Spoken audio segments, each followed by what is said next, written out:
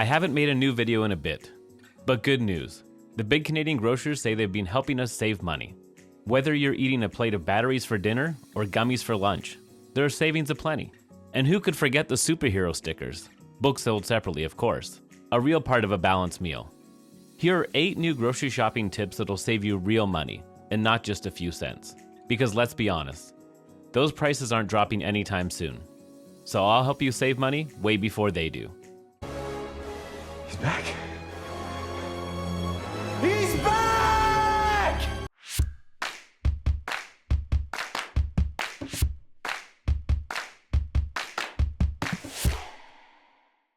Before you buy, check expiry dates, especially for dairy, meat, and produce. I've seen tons of items about to expire in a couple of days, but if you check the back of the shelf, you'll often find one that lasts weeks longer. It's like a mini treasure hunt, except your prize is milk that doesn't smell like a foot tomorrow. How does this save you money? You won't be having food that goes bad before you can eat it, and you'll be buying some items less frequently. For example, sour cream at your local Sobeys may expire a week from now, yet there's one further back that is good for a whole month.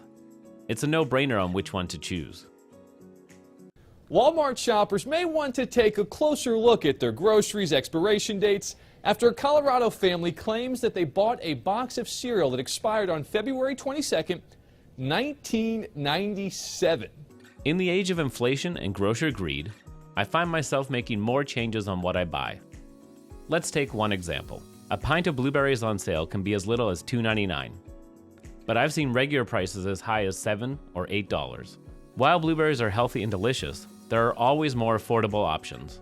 Grapes, bananas, strawberries, and more can be on sale and are all healthy substitutes. You can apply this same substitution principle to meats, vegetables, and competing brands. The trick isn't giving up on the good stuff, it's swapping it smartly. Some of the viewers of this video may be vegetarian. I'm not, but I still try to have a meal weekly that skips meat. Why? Meatless meals can be delicious, and as a bonus, they are usually more affordable, as meat is the most expensive part of the meal. Try breakfast for dinner, mac and cheese, or even tofu or halloumi once a week. It all adds up, and your wallet will thank you. Would you like to sample our vegan bacon? 100% meatless. Yes, please.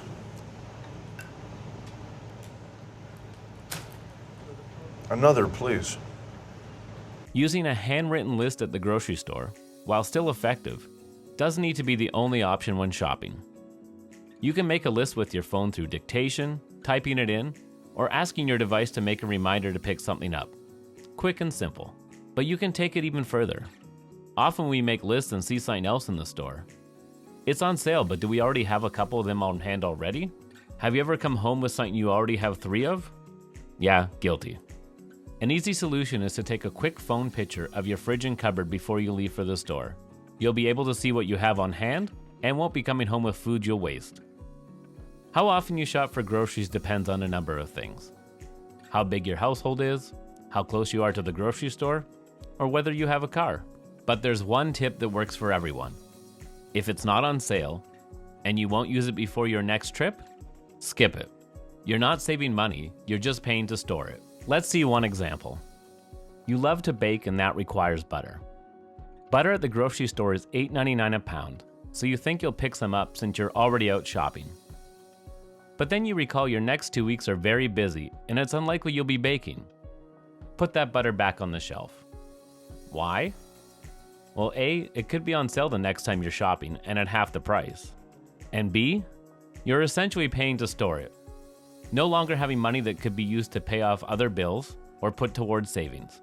Trust me, this works for so many products. Yes, you don't want to have empty cupboards, but it's amazing how fast these little splurges add up.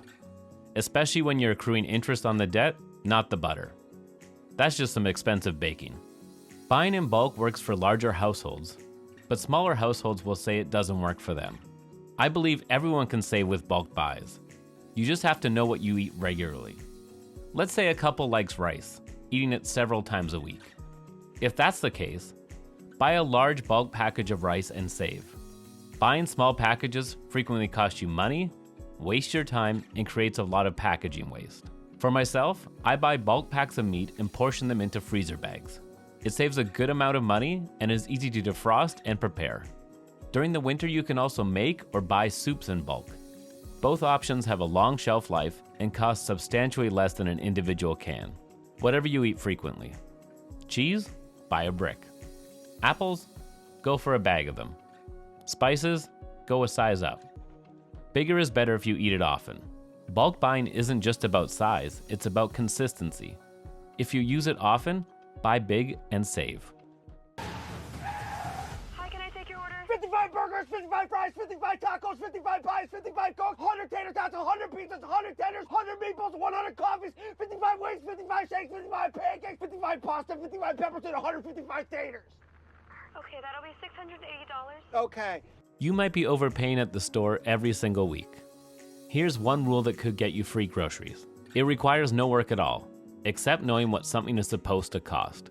Here's what happened to me recently. I stopped by Loblaws on my way home from work. I needed one item, hummus. It was listed on sale for $3. I picked it up and walked over to the checkout.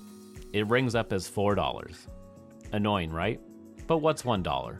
Well, in this case, it isn't $1. It should actually be free. I mentioned to the cashier that it is listed on the shelf nearby for $3. They go and check and come back and say, yes, you are right. They then automatically re-enter the hummus as $0. If a scan price is higher than what's on the shelf, under the scanner price accuracy code, the item's free if it's under $10, or $10 off if it's over.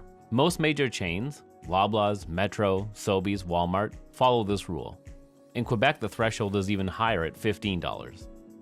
This code has been in place since 2002 and is managed by the Retail Council of Canada. It's the store's mistake, but they are common. I'd guess every few trips there are 1 or 2 errors on my bill. So check your receipt. Don't believe me? For your next few trips to the store, check for yourself. If you find an error, just walk over to customer service and get your refund. It adds up over time. Even $50 a year is $500 in a decade. My last tip is one that many people are committing to, as it saves money, makes carrying groceries easier, and is better for your health. It's buying less juices, sodas, or energy drinks. While having these once in a while may be fine, the empty calories they add to our diet can be expensive. Even orange juice, which can definitely be delicious, is packed with sugar. You'll be better off eating an actual orange or having a vitamin C tablet than drinking a large glass of juice. Look no further than who owns these two brands to see what is really behind them. I'm not saying never buy these items, but cut back and substitute in water and you'll save in quite a few ways. Cutting one $6 juice a week, that's $300 a year. You'll save money, calories, and your dentist will thank you. There you have it, 8 new tips to save you money. If you picked up even one new trick, hit like. It really helps others find this video, and drop your best grocery saving tip in the comments. I might feature it in the next one. Please subscribe and share my channel. I've got new weekly videos planned that will help you reduce your food bill and your stress. And stick around. I'm working on a huge upcoming project where I'll need your help. This has been the Price Check Expert. Thanks for watching.